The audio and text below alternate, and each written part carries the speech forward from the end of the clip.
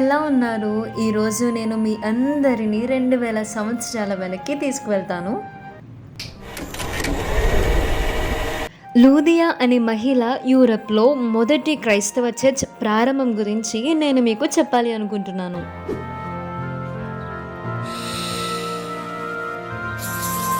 లూదియా మాసిదోనియాలోని ఫిలిప్పిన్ అనే నగరంలో నివసించేవారు. ఆమె ఖరీదైన ఊదా రంగు దుస్తులను అమ్మేది. ఆ సమయంలో తయారు చేయడం చాలా కష్టం మరియు ఆమె వ్యాపారం చాలా విజయవంతమైనది. హో అవును, ఈ డైలాగ్ పర్పుల్ నీ కంటి రంగుతో ఖచ్చితంగా వెళ్తుంది. నిజానికి ఇది మీకు బాగా కనిపిస్తుంది. నేను మీకు ఉచితంగా ఇద్దామని అనుకుంటున్నాను. లేదు లేదు లేదు, దయచేసి మీ డబ్బును మీ దగ్గరే ఉంచండి.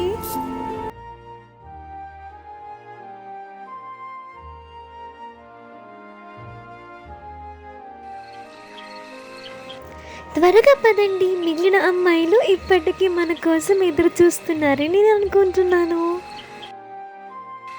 హో, మీకు మంచి రోజు ఉందని చూడటం చాలా బాగుంది.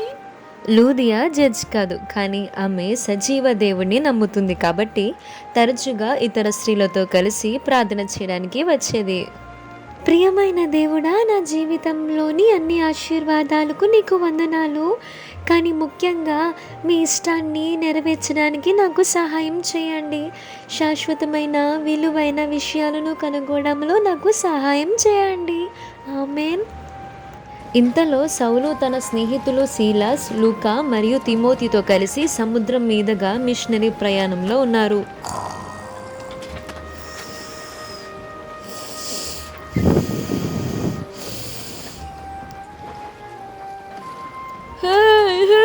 మాసిదోనియాకు రండి, ఇది నిజంగా ముఖ్యమైన ప్రదేశం, మాకు సహాయం చేయండి.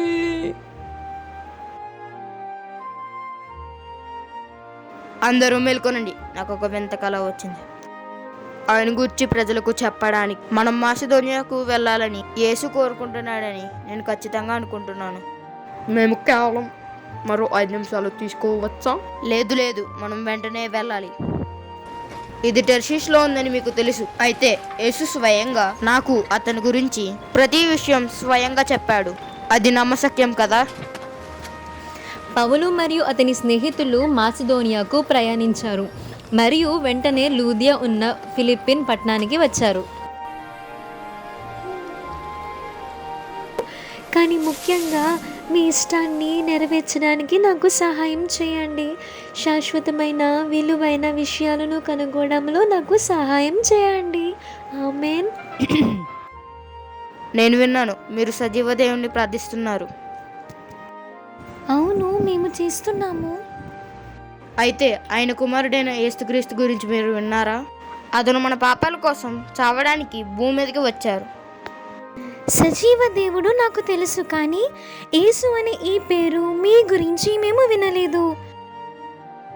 దయచేసి చెప్పండి, ఆయన ఎవరు?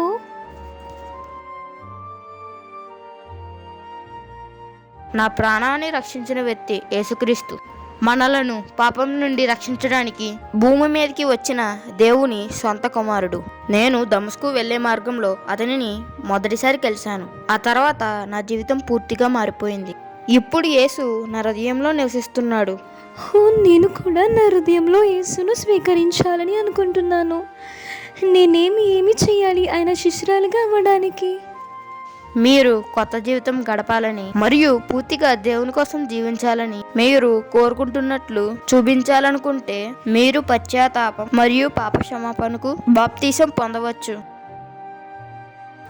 అవును, నాకు కావాల్సింది నాకు మరియు నా ఇంటిలోని ప్రతి ఒక్కరికి బాప్తీసం ఇవ్వండి. సరే, ఈ నది మనకి ఉపయోగపడుతుంది.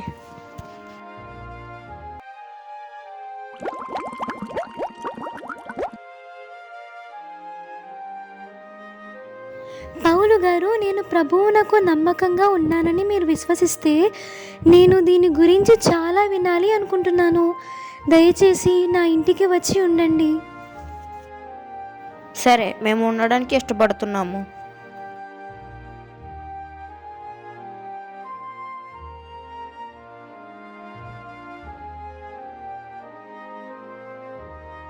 అక్కడే లూదియా ఇంటిలో యూరప్ మొదటి చర్చ్ కూడా పుట్టింది. లూదియా విజయవంతమైన వ్యాపార మహిళ. ఆమె దేవుని ప్రేమిస్తుంది మరియు దేవుని సేవ చేయాలని మాత్రమే అనుకుంది. అందుకే యేసు గురించి అర్థం చేసుకోవడానికి దేవుడు ఆమె హృదయాన్ని తెరవగలిగాడు. మనం నిజంగా దేవుని ప్రేమిస్తూ యేసు అనుచరులుగా ఉండాలనుకుంటే దేవుడు ఫిలిప్పీన్లోని ఆ నమ్మకమైన స్త్రీని చేసినట్లే మన హృదయాలను తెరుస్తాడు. కాబట్టి కథతో పాటు అనుసరించిన వారందరికీ నా ధన్యవాదాలు. విశ్వాసం యొక్క బైబిల్ హీరోయిన్స్ ఆఫ్ ఫెయిత్ మరొక ఎపిసోడ్లో నేను మిమ్మల్ని చూస్తాను. అంతవరకు టాటా, బాయ్.